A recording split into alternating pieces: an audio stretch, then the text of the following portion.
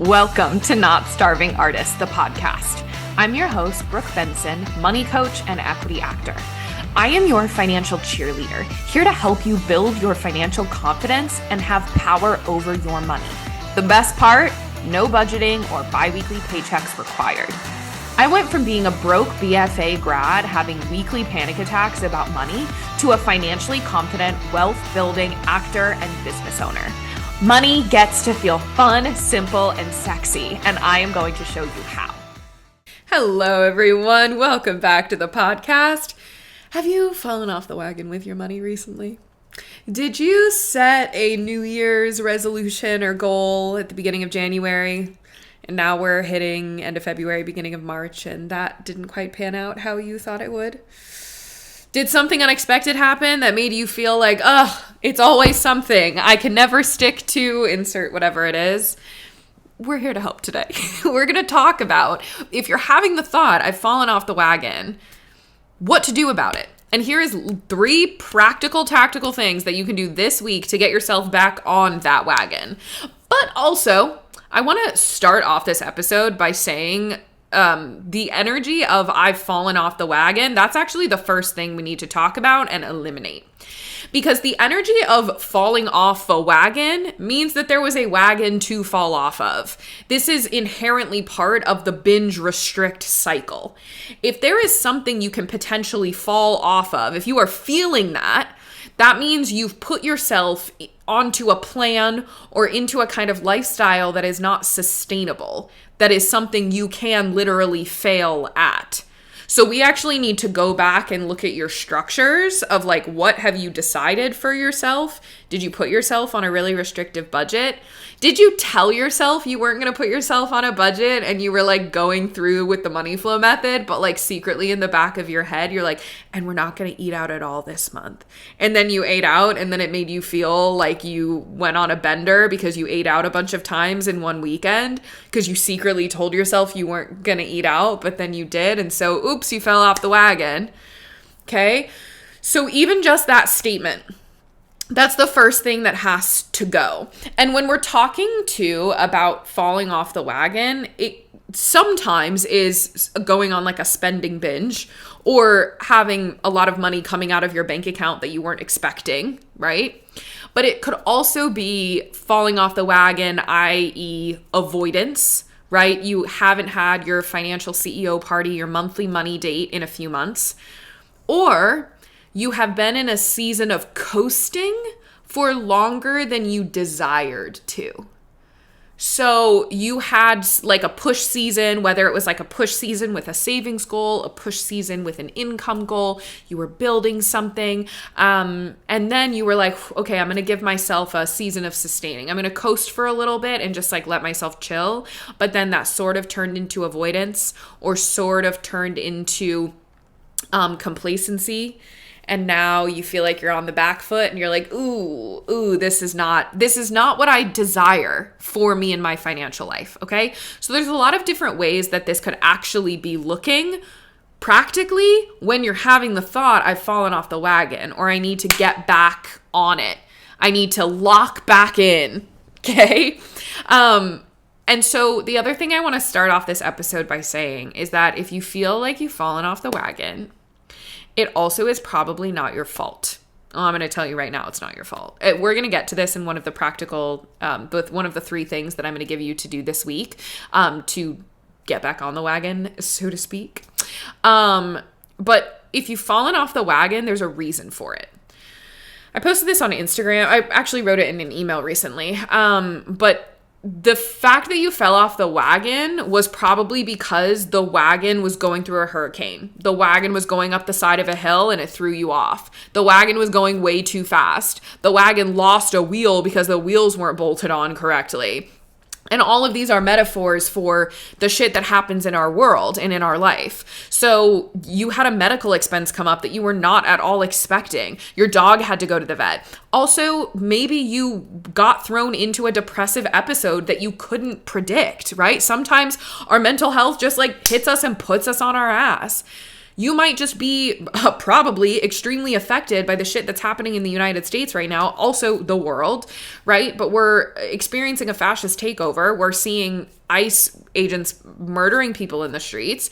We are seeing just like horrendous things happening. The fucking Epstein files, like, I don't think we realize, and I mean, I know we realize this intellectually, but like truly giving ourselves compassion and grace for what we are having to like witness and fucking process right now is insanity. It is incomprehensible. The shit that our one little human being has to process those kinds of atrocities.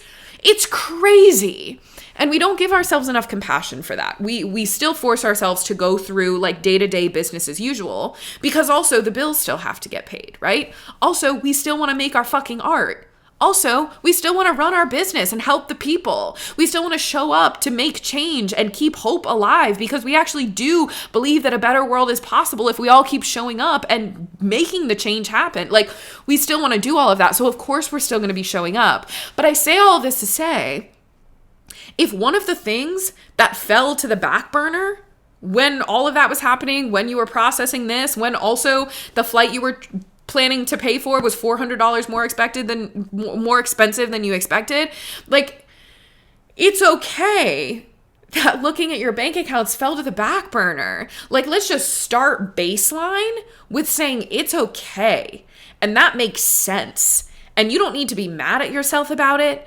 No one here is going to shame you or make you feel guilty for what happened with your money while you were insert whatever was happening, right?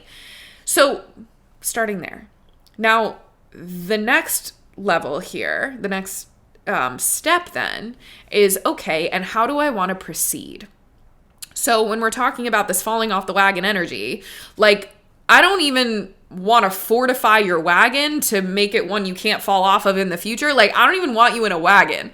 I want that dead and gone. I want the wagon out of the picture. I want just you and your full autonomy walking. And sometimes you might be sitting on the ground, and sometimes you might be running, but it's just you walking, and it's literally impossible for you to go backwards, but sometimes you're just going to want to sit on the ground, okay? And it's okay to sit on the ground every once in a while. I was going to move on, but no, I have more things to say about falling off the wagon. Okay, did you fall off the wagon, or did you heal one area of your life and make a lot of progress in one area that then the vice from that area had to find another avenue to express itself in? What I mean by that is, did you heal emotional eating, but then that emotional offloading, did that have to go somewhere else and it went into emotional spending, right? Did you heal being really intentional and present with your work life when you showed up to work every single day, if your work is something you're really passionate about, right? And really showing up and really prioritizing the projects you were doing and making sure that every single day you were doing something artistically, so you had a lot of intention going into your artistry. But then that meant that your energy was being spent there, and so you felt like you didn't have any energy to put towards your money. Now, we can solve this in a practical way, right? It's called the money flow method. It's called the 4-step anti-budget money strategy. We can make it so simple that even if that's the case, you can still manage your money easily and simply. But did that happen? So it's even telling yourself a different story of like, oh, I'm actually really proud that I healed this area, or that I put a lot of intention into this area, or that I didn't force myself when I was in an anxiety spiral to pull up my bank accounts because I actually knew that would do some fucked up shit with my relationship with money. Like, can we be proud of yourself for that and just clock that, oh, and then that thing that was fueling the thing that I healed, that energy went somewhere else and it went into my money. My anxiety went into my money. My emotional offloading went into my money, or whatever it is. Okay? Next thing. Did you fall off the wagon, or are the money seasons just running their course? One of my first ever podcast episodes, which I still say is one of the best podcast episodes of the Not Starving Artist podcast, I'll link it in the show notes as well, is the episode talking about spending seasons, or money seasons, which are a season of spending, a season of sustaining, and a season of saving. There's 3 money seasons, and they are meant to cycle through your life. You are not always going to be in a season of saving. Now, especially for creatives and those of us who are self-employed, who run our own businesses, our income fluctuates. So when your income goes up, there's also going to be months where it goes down. And sometimes what happens is you're in a season where what's going out is more than what's coming in. So it might be a season where you're growing your business and you're investing more heavily into an area of your business. It might be a season where you are moving to a new big city. So you actually have to take time off. This was one of my clients had this happen where she was moving to New York City, but her work, like she was going to have to leave the work she was doing in her old city before she could get hired at a new similar place of work in New York. So she was going to have a gap of work, but she also had a lot of moving cost upkeep. And she also didn't want to put herself on a super restrictive budget when she got to New York because, hello, you want to enjoy your first couple of weeks living in the city. So she was intentionally going to be in a season of spending. Nothing went wrong by her making the choice to move.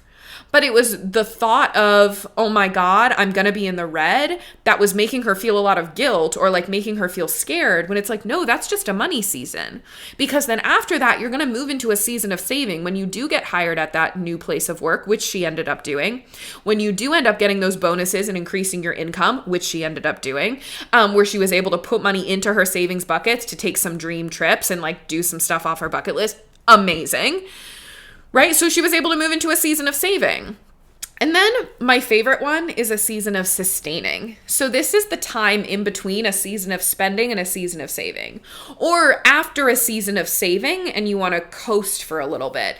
And I say coast isn't a great word for it, so that's why I say sustaining.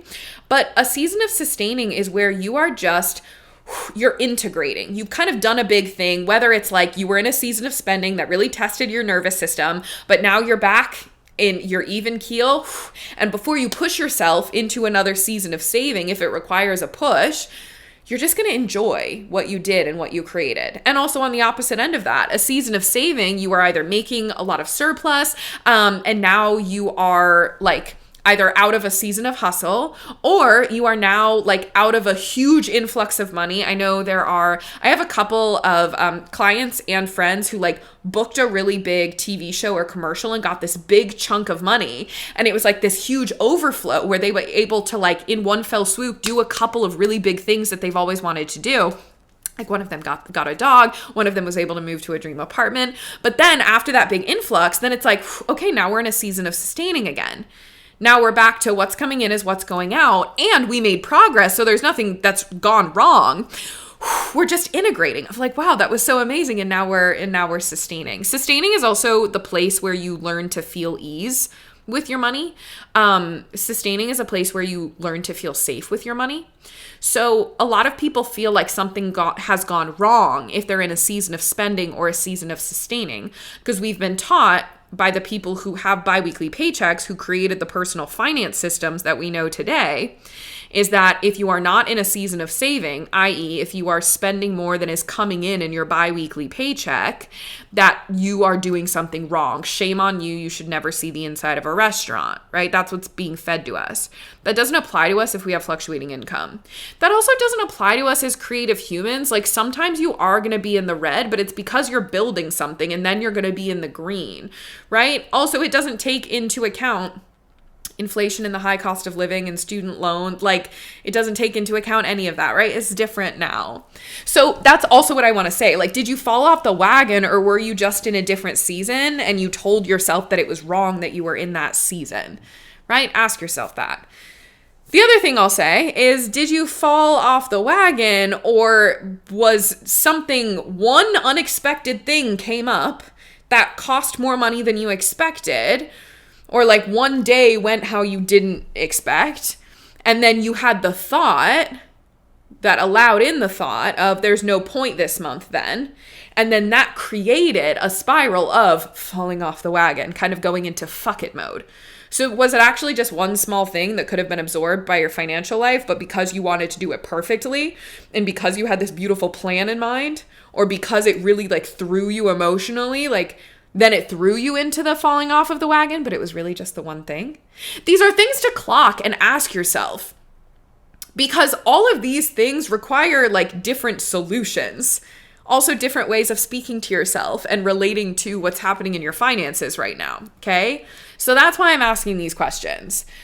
Okay, so when we talk about the money flow method, I've thrown that word out a couple of times. And so for those of you who don't know, the money flow method is a bank account organization system. It is a way of organizing your money that shows you what you can afford. It separates your bills and expenses with like what you're just spending day to day. So you have a super clear picture of your money. It's the thing that helps you get 3 months ahead on bills. It helps you fully understand your money as someone who has fluctuating income, is a freelancer or owns their own business, is self-employed.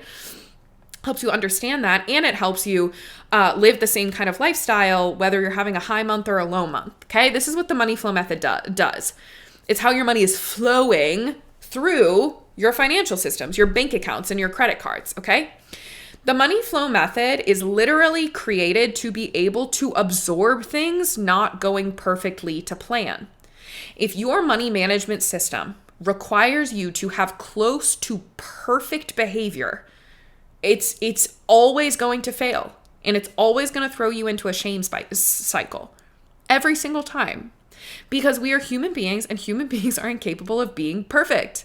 We are incapable of it, okay? So if it's requiring you to hit a certain amount of dollars in each of these specific categories, or it requires you to, I don't know, like hit a certain streak. I know there's like apps that like buzz you and ding you. Like if any of that is required, of course you're going to fall off the wagon, because you've now created a wagon for yourself to fall off of. One of the core tenets of the 4-step anti-budget money strategy that I teach inside of my course, Cashed Up Creatives, inside of these 4 steps, one of the core tenets is that nothing has gone wrong if you need to pull from your buffer savings fund. As creatives, it is normal if we have to pull from savings because we do not have consistent biweekly paychecks.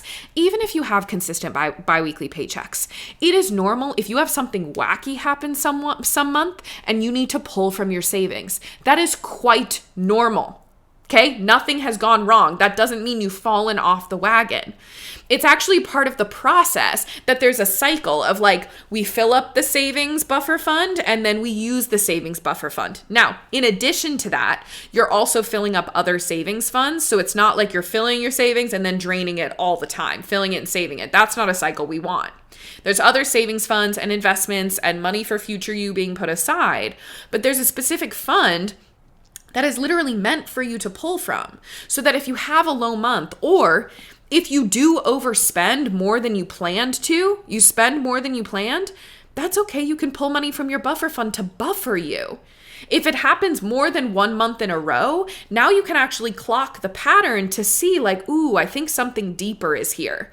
I think I'm having a thought, or like, oh, something's happening in my lifestyle or my income. Like, it allows you to see a pattern with your money. So if there actually is a problem, you know where to look. You know how to solve, you know where you need to go to solve it.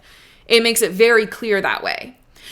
So that's the other thing we need to talk about here too, and that I want to clock, is that if you pull from savings, that doesn't automatically mean that you've fallen off the wagon.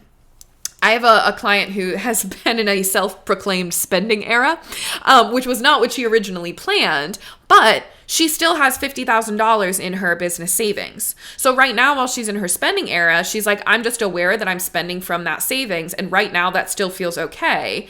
But there's a certain amount that it would get to where it would start to feel not okay for her, right? So like, nothing's gone wrong. She's acknowledging that like emotionally she's in a spending era and she knows where it's coming from and she has awareness around it. Okay. We worked on making sure she has wiggle room every month by decreasing her business expenses and her personal expenses so that she's not stretched to her limit every single month, all of the time, so that she could even create the $50,000 in her business account that gives her that buffer room. So that's part of what we're doing with the money flow method too, is we're making sure you're not stretched thin. We're actually trying to build out more wiggle room for you. And that's not only done by decreasing your spending, which is usually not the most fun way to do it, but it's about increasing your income. But a lot of times we can solve for this by just organizing your money in the first place. A lot of times money just gets leaked because you don't fully understand the picture of your money. Okay? So I want to move into now the 3 things that you can do this week to completely just eliminate the thought that you've fallen off the wagon, where you are on your money journey. It's you and your walking stick, and you've stood up and you've started to walk, because you might be sitting down, but you've stood up and you're starting to walk. That's what these 3 steps are. I hope you all are following me on this analogy here. So when this episode comes out, it's going to be February 27th or 28th or something. We're like going to be right at the end of February, right at the beginning of March. So this is a perfect time to plan your financial CEO party. This is also one of the 4 steps in the 4-step anti-budget money strategy, is to have a monthly money date. I call these financial CEO parties because I want them to feel fun. I want them to be a party. I'm going to talk about that in a second. But this is such a perfect time. It's going to feel really good in your brain to be like, start of the month, new month, let's get back on track. Like, she's going to say that, okay? Let's let her play with how fun she thinks that is and how clean it feels. But make sure it's on your calendar, and then make sure you actually follow through with it. So the core thing that I want you to do during this money date is I want you to create your spending goals for the month of March, or whenever you're listening to this, for the month ahead.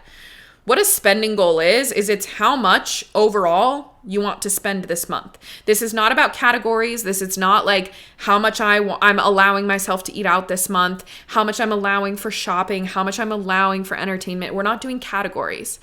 It's an overall amount that you desire to spend on all of the above. And this is outside of your bills and your reoccurring expenses. Inside of the money flow method, I teach you how to separate these. I mean, it's 2 separate bank accounts or 2 separate credit cards. You're separating your bills and expenses, your auto pays, from the stuff that you're spending day to day on. So it's actually really easy to keep track of how much you're spending throughout the month. You don't need a budget. You don't need a spreadsheet. You don't need an app telling you what you're spending. It's just straight in your bank account.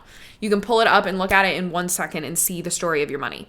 So I want you to decide what's that overall number that you want to put inside of your, if you've gone through the course or you know the money flow method, inside of your flex spending account. Decide that and put that in right now, and decide to stick to your spending goal for the month of March. No other goals. Don't try and pile on a bunch of other things that you need to do. What do you desire to spend in March? And then do that. Spend that in March. And if you have leftover at the end of March, finish spending it. That's one of the things that I think people resist the most. Whatever you've decided to spend in your flex money for the month, sure, you can decide to put the rest of it that you didn't spend into savings if you have money left over. But also, how fun would it be to be like, I decided I was going to spend this much and I have like $75 left over. What do I want to go get for $75? How fun is that? And you're able to because you planned for it, okay? So that's your goal for March, is just sticking to your one spending goal. Now, this is an actual realistic goal. This is not, don't go in a 1,200 calorie energy of like, what's the lowest amount that I could spend? No, realistic, right? What is something that feels doable for you? I also want you, during this financial CEO party, I want you to look ahead into the next couple of months, like over the next quarter. And I want you to comb every nook and cranny for is there an unexpected expense that might come out that I can plan for right now? So it might be a flight you have to buy next month in order to have it ready for you then 3 months from that. When do you need to buy that flight? When do you need to book that car rental? Do you have a friend who always does a big birthday blowout that has a cover charge and you're going to ball out that night? That's coming up in 2 months. Just combing every nook and cranny so that you are actively trying to remove surprise and shocks to the nervous system financially from your life. So those are the 2 things you can do during your financial CEO party. Now, it is so, so important that you make this a fun experience, especially if you're coming off of a season of avoidance, a season where you haven't really wanted to look, a season where you've been actively averse to looking, right? Even thinking about it right now, your body goes, ugh. It is so much more important for you to make this an enjoyable experience. So I'm going to tell you right now, I will be doing this alongside with you. For the past few months, I have actually been very lackadaisical about making this thing a party. I have been like taking my computer to the couch, and I'll like crack open a Diet Coke. And I've like told myself as a CEO party, like I'll put on some music, but like I'm not really doing the party part. So this month, what I think I'm going to do when this comes out, I will probably be on that Friday down in, I'm going to choose a bar to go sit at and have like a really delicious cocktail. I haven't done that in a very long time. Be in some swanky energy and bring my computer and make sure I spend a big portion of the time journaling and like feeling really juicy, delicious feelings, like that party side of things. So that's what I'm going to do. So you can do whatever you want. Just make sure it's something that you're looking forward to, that is not just at your desk, that's not just tacked on to the end of the workday, that is not just focused on the numbers and how the numbers are shaking out. It's about your emotions too. It's a party. Okay. So do it in the bath, have a dance party, take it to your favorite restaurant, get a really delicious meal, take it to your favorite spot in the city. I don't know, whatever you want. Okay. Party, party, party. The other thing I want you to ask yourself at the CEO party is, how are you going to stay aware? Okay.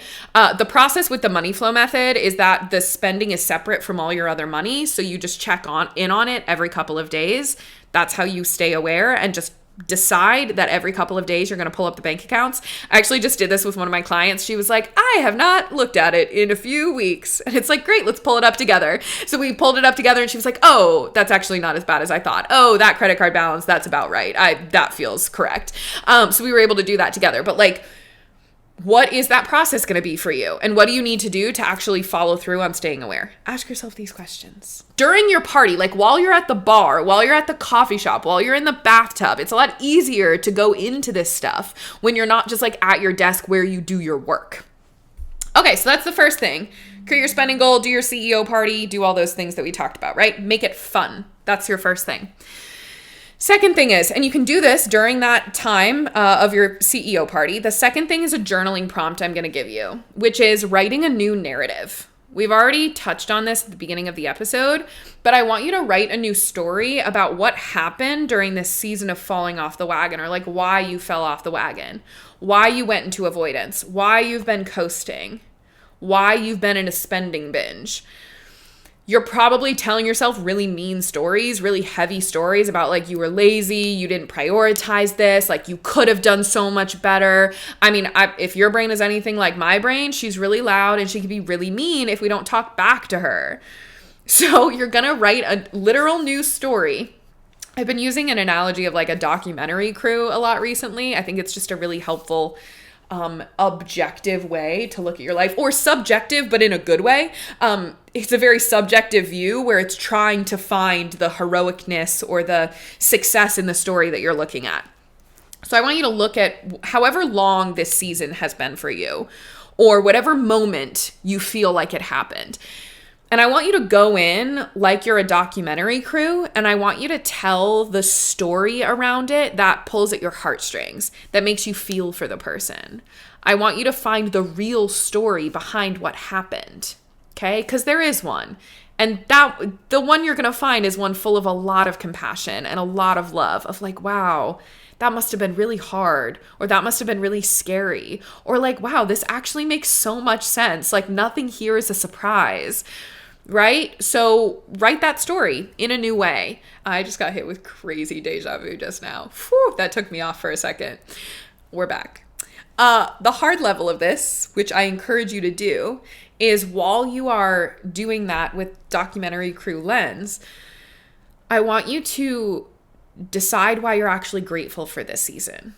Like, what did you learn? What is it going to allow you to do now? What did it allow you to experience while you were in it? I did this with a client when we were paying off debt. We were creating a debt payoff plan for her. And a lot of her credit card debt was from like shopping and spending. And she was feeling really guilty about that. She was like, none of it was necessary. It's not like I was, I needed any of that stuff. And I'm like, yeah, but like when you were in that season, like what were you experiencing? And she was like, it was just so fun. Like I just didn't have to think about it ever. And it's like, okay, so can you be grateful for how fun it was to be so like naive and avoidant and like put yourself in that place where you just got to like shop and do whatever? Like we can look at it through that lens and be like, wow, what a fun season I got to have. Now I'm choosing to have other goals and desires, so I'm going to choose to manage my money differently moving forward. But like, oh, that's really the only place I could get joy and dopamine, and that was just really fun. So I'm going to be grateful that I had that for a season. And I know you're going to have resistance right now to be like, well, I don't want to tell that story because if I don't shame myself, if I don't make myself feel guilty, if I don't punish myself or reprimand myself, then it's going to happen again. I need to make sure that I feel as bad about this as possible so that it doesn't happen again. There have been studies that have showed that negative reinforcement like that, it never works for sustainable change, ever, ever, ever. It always spirals back into the behavior you're trying to avoid because you make yourself feel so bad about it. You punish yourself so hard that you end up creating this like, well, fuck you energy, and you do it again. Or it spurns you into another avoidance cycle, into another fuck it blackout mode. Because if you're only giving yourself the option of awareness of money and making myself feel really fucking bad about it, and not being aware of my money at all, you're always going to go back to not being aware of your money at all. So you have to give yourself the option of, I'm going to be so aware of what's happened and I'm going to be so kind to myself about it. And I'm going to say, and here's why we're choosing to do things differently, but nothing's gone wrong.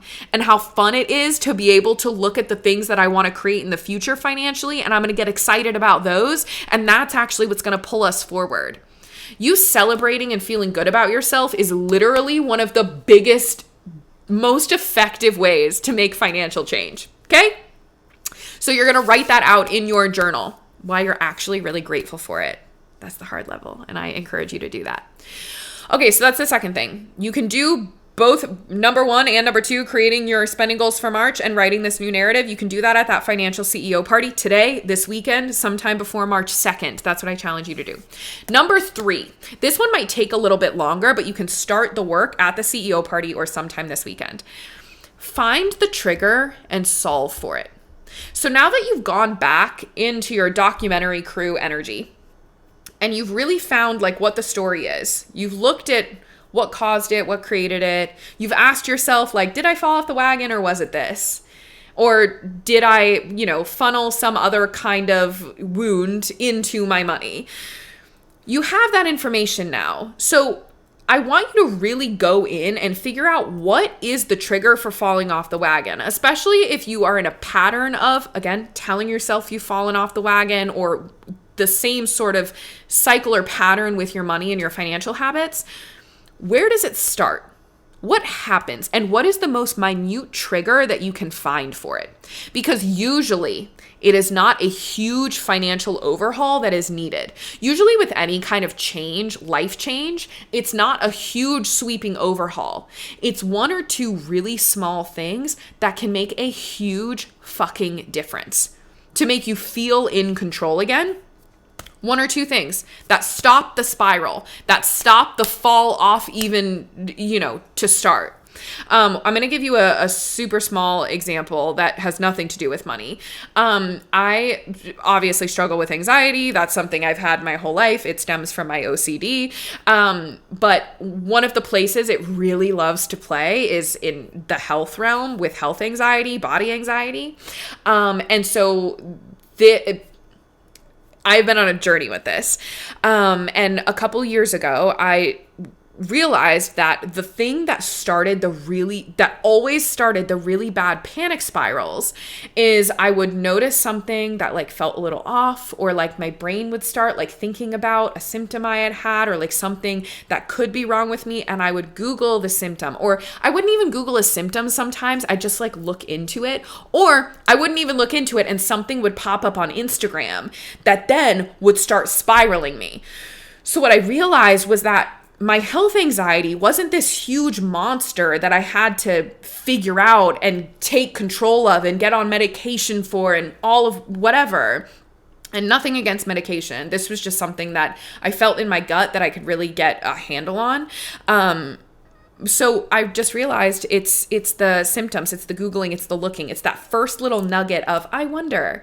So what I had to do was implement the teeniest little pattern interrupt at that first moment that I was feeling like I wanted to Google a symptom or learn more about something. Or when I would see something pop up on Instagram, immediately hide it and say, do not show me this again on my algorithm ever, ever, ever. And literally, after a few months of that intentional pattern interrupt, my health anxiety, the panic attacks that was coming from my health anxiety, drastically decreased. And it's so silly how small of a thing that was, but that was where the spirals were happening. So I have another client who she specifically, one of the things was her spending on clothes was a thing that kept getting in the way of her goals. And so she kept feeling like it feels out of control, like I'm always going to do it. But what we realized was the big thing that kind of spiraled her into fuck it, doesn't matter energy was she worked at a retail store and she would have really like hard shifts. And then she would get off work, and because she had an employee discount, it was like culture that, you know, you just like, you bought some stuff, like you unpacked the new boxes of the stuff that came out and you saw it was cute. And then you would like get it at the end of your shift. And then you would just have it. And like, that's then where it would be like, well, I spent this much, I can never stick to anything. And then that spiraled into more and more spending. So what we realized was it was the moment you got off the shift and there was an energy of, I need to blow off steam that would usually result in buying the thing, right? That was the employee discount. So then it would be reinforced like, oh, this was a good money decision because it was an employee discount. So the pattern interrupt had to come from, the habit change had to happen right as she got off work. And where does that energy of like, oh, I need a release, or like, I just need that hit, I need that fix. And so one of the things we talked about was, as silly as it is, can you take $20 to the dollar store or some like discount store and you can just like blow it? Because blowing $20 is a lot better than blowing $230. Or can you just like go get yourself like I follow this woman on Instagram. She's a fitness coach. She's so great. I can't remember her handle, but she is a fitness coach that like is not against diet sodas or aspartame or like having desserts in your life. And she calls Diet Cokes fridge cigs, which is just one of my favorite terms for a Diet Coke. She'd be like getting my fridge cig. But when I was talking with this client, that was one of the things. It was like literally just going and getting a Diet Coke actually scratches that same itch. And it feels so silly because they're so small, but you have to hunt for them. You have to hunt for the moment the trigger happens and then solve for it. And it might take you a little bit of time for you to get triggered and then have to like go back and think through like what actually happened there. So just flag this as something as you're going through your documentary exercise. That's what you're going to be looking for as well. And then start trying out some things that can help adjust new habits or things you need to adjust or things you can like immediately cut that can create the change that you actually desire, which is getting off of this falling off the wagon, getting off the wagon, falling off the wagon, getting on the wagon cycle that you're in. This specifically, this third one is one of the things that I work with a lot of my one-on-one coaching clients in. When we are on our coaching calls together, they have their roadmap of how exactly they're going to hit their money goals. So it's planned out. You can see how long, you see the numbers. We know where you're going. The things that get in the way, though, is this stuff, right? When your triggers hit, when the emotions come, when your human behavior takes over, when you get stuck in an old cycle, when an old thought pattern pipes up. So what happens over the course of a coaching package is it tends to be the same thing that pops up just in different flavors. And so every single week we go and we excavate if something came up and figure out where was the trigger. And we come up with something for the next time it happens. And then like a couple weeks later, oh, it happened again and I tried this and like, okay, it wasn't quite it, but here's what I discovered this time. So it's a process, but every time you're getting a little bit better. You're learning a little bit more. You're creating and getting more feelings data, more emotional data on yourself, more human behavior data on yourself. And it's important to do that. So you can, of course, do this by yourself. And if you're like, this is something that I desire support on, you can book a sales call with me and we can chat more about what a one-on-one coaching package would look like together. You can find more details in the show notes. But I wanted to clock that if you find yourself in that cycle, or like seeing those triggers, even after you've started doing this work, again, nothing has gone wrong. You're just seeing the different flavors of it, and you're collecting data every time until you either completely eliminate the cycle or you've drastically decreased the frequency of the cycle, which is just as important of a win, right? To decrease the frequency of that. The last thing I want to say here is, what if falling off the wagon was just never possible again because you stopped fucking getting on a wagon? You stopped creating a wagon. Like, there's no fucking wagon. It is literally just you walking, sometimes running, sometimes sitting your ass on the ground because you just want to look at the sunset for a second, or you need a breath because you've just been running. And then sometimes you're just walking. Sometimes you're walking slow. Sometimes you're doing a little jig. I don't really know where this analogy is going, but do you see what I mean? Like, you can choose to just stop having the thought of like, I need to build a wagon to get onto in order to hit my money goals. What if it's just making these little shifts day in and day out, right?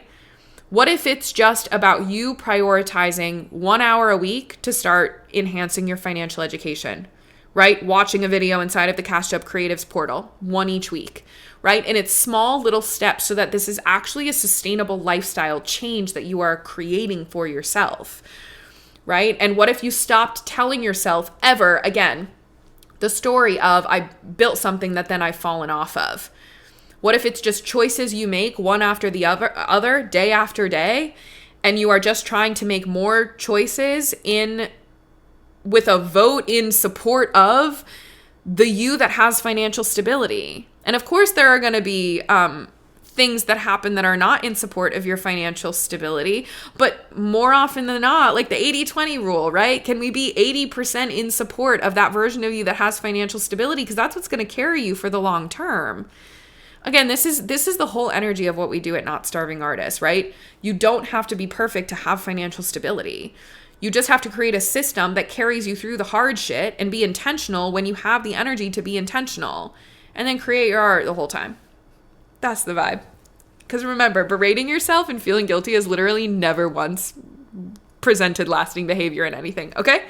So the best thing you can do for yourself is to take it out of your vocabulary, take all that out of your vocabulary, sit down this week and do these 3 things. Start on that third one, do the first 2, start on that third one, make it a party. I'm going to be right there with you. We're going to hold each other to this and be accountable to making this shit fun and enjoying ourselves, okay? If you want to tag me in the CEO party that you're having this weekend, I'm going to post mine as well, and I'm going to say, here's me having my CEO party, my cute moment, whatever that ends up being, and I want you to tag me as well. I'd love for us to jointly just bring a lot of joy into our money date this weekend. And from here on out, moving forward every single month. Okay, everyone, I will talk to you next week. Have a wonderful, enjoyable, fun party this weekend. Thanks so much for tuning in. Come join me on Instagram for more on how to build a simple, sexy relationship with your money. My Instagram handle is @NotStarvingArtists. And if you want to dive deeper with me, head to the show notes to learn more about one-on-one coaching. If you love this episode, subscribe, leave a review, and share it with a friend that you want to get rich with.